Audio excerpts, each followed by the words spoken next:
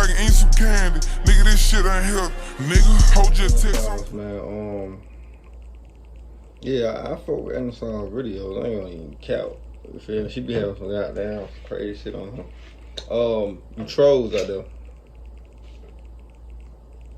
You trolls paying me. I like it. I love it. Every time you click on my video, you just don't realize every time you click on my video and view it, you paying me.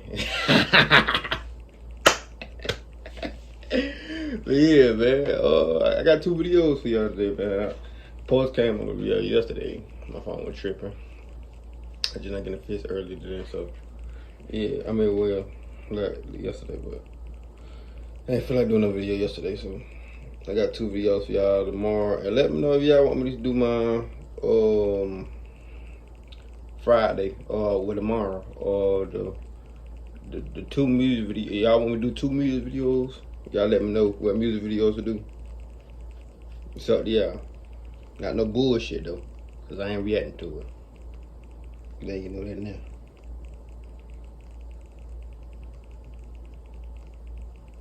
And I remember the coroner saying, as he started to touch the body, we have a problem. They told me that her and the baby were gone, and I remember collapsing in the yard. Child killer accused of a shocking crime at the age of 11. Damn. When a pregnant woman is found murdered in her home, no one would have thought that her 11-year-old stepson would be behind it. But then all the evidence started pointing to him. I have a shotgun blast to the back of the head. It's consistent with a 20-gauge shotgun shot, 20-gauge youth model in his room. It smells like it's recently fired. Investigators believed he did it because he was jealous of his unborn baby brother. But is that what really happened, or did the police commit a terrible mistake? Let's explore the case of Jordan Brown. Do that. On the morning of February 20th, 2009, the day started like any other for a family in Whalebone, Pennsylvania. The dad, Chris Brown, got up to go to work at a local shipping company while his fiancée, Kenzie Hook, slept in. I remember getting up that morning, running a little late. The dad, Chris Brown, got up to go to work at a local shipping company while his fiancée, Kenzie Hook, slept in. I remember getting up that morning, running a little late for work. She'd asked me to stay home that day, and I didn't, and that's something that's haunted me.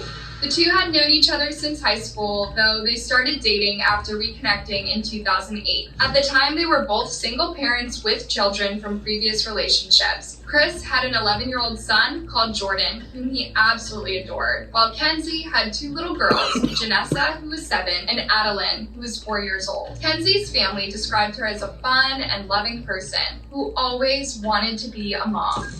Kenzie was real feisty. She was funny. She always had a beautiful smile. Liked everybody. And she loved her children. That's all she ever said when you say, what do you want to be when you grow up? I want to be a mom. I want kids. After dating for a short time, Chris and Kenzie decided to move in together into this nice farmhouse that would accommodate their newly blended family. And everyone seemed to be on board with this idea. Even Jordan, who for the longest time had been the center of his dad's universe. What was your relationship like? 3, I ain't gonna your soon-to-be stepmother? Mike. It was strong. She was really nice. I liked her a lot. At the time of this incident, Kenzie was 8 months pregnant with her first child with Chris. They had recently discovered that it was going to be a boy, and they were going to name him Christopher, just like his dad. The entire family was super excited about the new baby and were even making arrangements for when he arrived. She was thrilled. That's what she wanted. I had had a shower. All the clothing was washed, diapers where they were supposed to be, and everything. I was happy. I always wanted a little brother. Yeah, And that's what, it was a boy, so that's what I was gonna get. But this happiness would be brutally cut short on this fateful morning of February 20th. How many subscriptions are you paying for? Rocket Money finds sneaky or forgotten subscriptions and makes camp.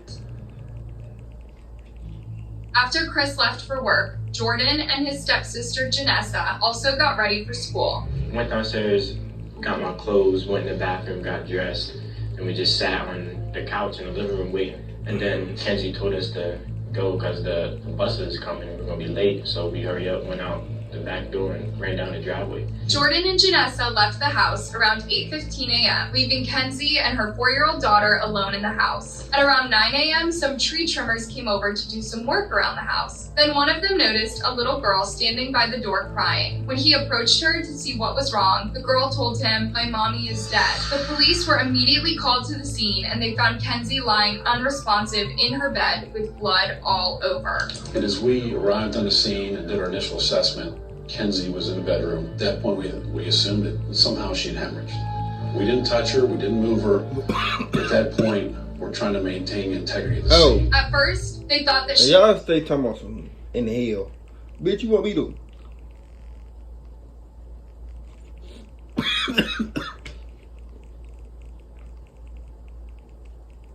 For real. Y'all gotta be for real sometime. had a medical situation because of her pregnancy. Y'all new but people? Then they noticed Y'all gotta be for real. The coroner was taking photos and I was standing right at the edge of the doorway. And I remember the coroner saying, as he started to touch the body, "We have a problem." Kenzie had been shot in the back of the head, execution style, while sleeping.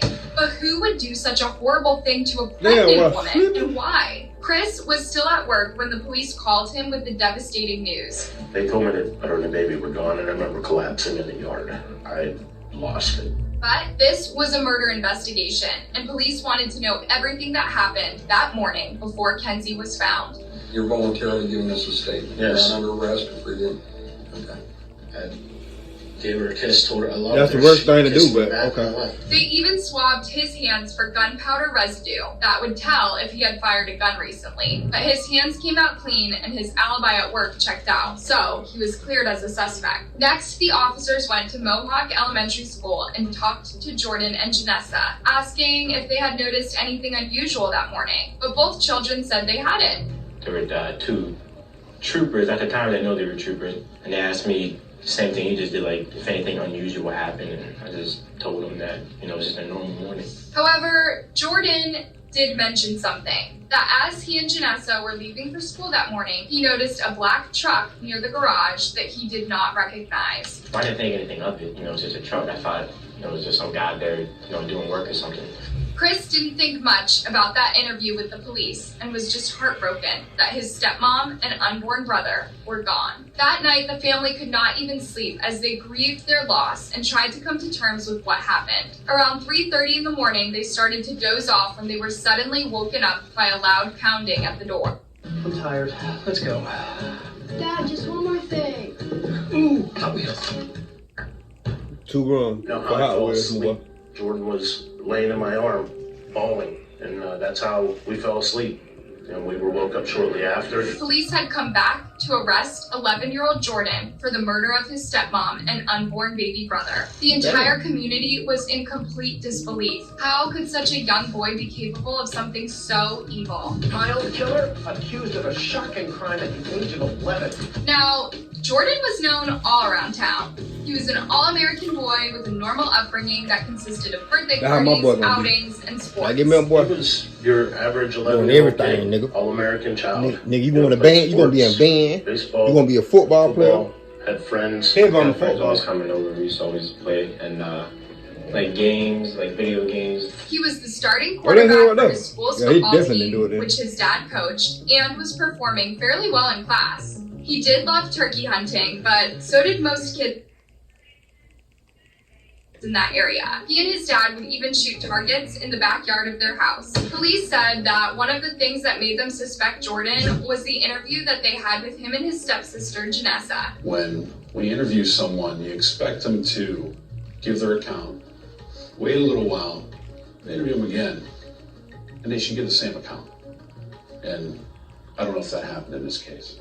In the first interview, Jordan said that he had seen a black truck sitting by the garage and no one was inside. But in the second interview, investigators said that he described the truck differently and added that there was someone inside wearing a hat. Now all of a sudden someone was ducking down inside the truck and they had a hat on. Janessa also changed her statement when she was interviewed the second time. Oh, yeah. She said that before they left for school that morning, Is it me or these folks just done interviewing kids? I think they just done.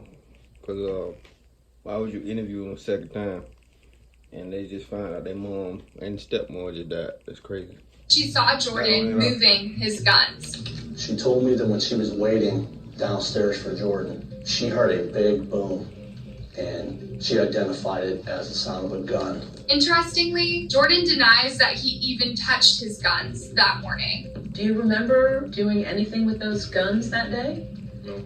You never brought the guns downstairs? No, I never touched them. Could the little girl have made this up? Children have been known to lie at times for whatever reason, and Janessa had changed her statement before. So it's rather weird that the investigators decided to believe her, even after changing her statement, yet they didn't do the same thing for Jordan. During a search at the farmhouse, police found a collection of handguns and rifles, as well as rounds of ammunition. One of them was a 20-gauge shotgun that seemed to have been recently used. And he had a youth model shotgun in the house. It smelled like it had recently been fired. The shotgun turned out to be the same one that Jordan got from his dad for Christmas. The police also found a shotgun shell casing on the family driveway. That shell was found adjacent to the driveway in late February in pristine condition. During his second interview with the police, Jordan had mentioned throwing some lint out of his pocket as he was walking to the school.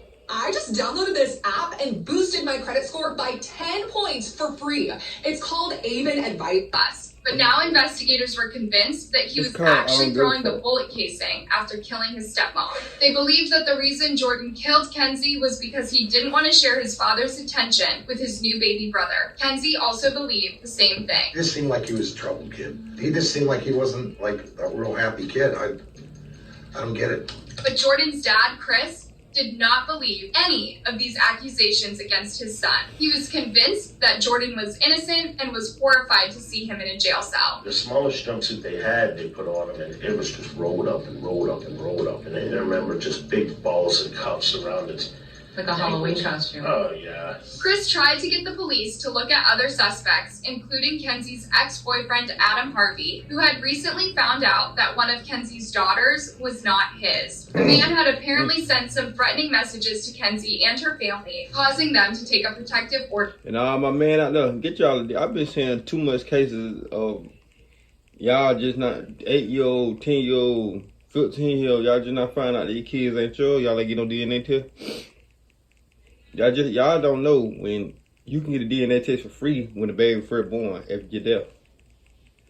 When I get my first baby, I'm gonna fuck. Motherfucker, I'm giving me a DNA test. I'm gonna fuck if I'm with you for 4 years, 5 years. Bitch, I'm gonna get a DNA test. Also, the guy happened to own a black truck. That's just too much of a coincidence, if you ask me. But when investigators talked to Adam, they quickly ruled him out as a suspect since his truck looked like it hadn't been driven for a while. Adam's hands also tested negative for gunshot residues as he claimed that he didn't know where Kenzie lived. This left Jordan as the only suspect in the case. And although he continued to maintain that he was innocent, the prosecution was sure that he did it and sought to have him tried as an adult. The shotgun blast to the back of the head is consistent with a 20-gauge shotgun shot, 20-gauge youth model in his room. It just smells like it's recently fired, and he's got gun residue on him. I think that's, at this point, is... God damn, but they hang on the man.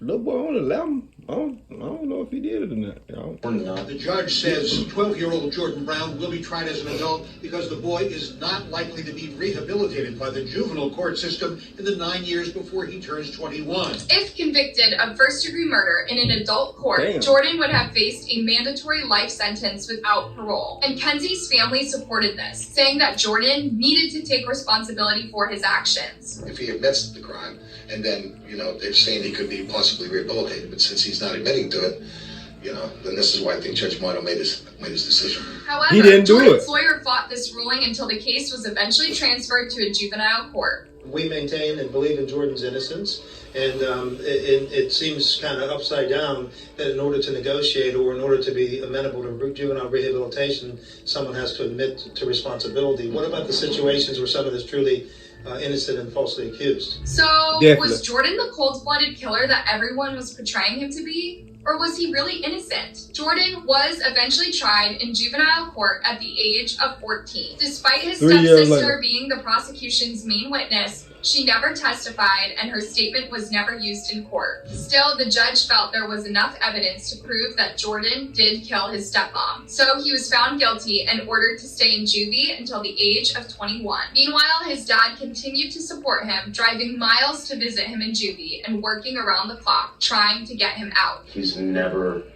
lied to me about anything. I have no reason to believe that he's lying right now. Almost 4 years after his sentence, Jordan's case was appealed in Pennsylvania. His lawyers argued that the police were never able to prove that Jordan's shotgun was the actual murder weapon, and that the gunpowder residue on his clothes could have come from the jacket he had worn during a recent turkey shoot. Absolutely no evidence, direct or circumstantial, that indicating that Jordan Brown committed this crime. There's not a single piece of physical evidence. There was no DNA. There were no fingerprints. There was nothing.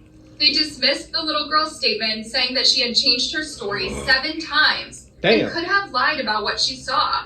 She was interviewed 4 times against protocol on the day that her mother was found dead. And most specifically, none of them were recorded except for the 4th of those interviews, which occurred after midnight. As for the shotgun shell casing that the That don't police sound had right. found on the driveway, the lawyer said that the property was on a farm where people were always shooting, so shotgun shells could be found all over the place. The Yep. lawyers also pointed out that no blood or tissue was found on the gun or Jordan's clothes that day. This time around, the court sided with Jordan, saying that the prosecution had failed to prove that he was guilty beyond a reasonable doubt. And so, in 2016, Jordan was released at the age of 18 after graduating from high school and being accepted into college. His conviction would also be overturned in July 2018. Here we are 9 years later. Half of his life he has spent in this system to get to our final day today. Yeah, he ain't really get to go to high school. It's an issue. He did all that shit in Anything jail. positive should come of this. I would hope that it's Me personally. maybe the higher ups take a look at this juvenile system and how broken it is. What do you think about this case? Do you I don't believe care. that Jordan killed his stepmom? Nah. Let me know your thoughts.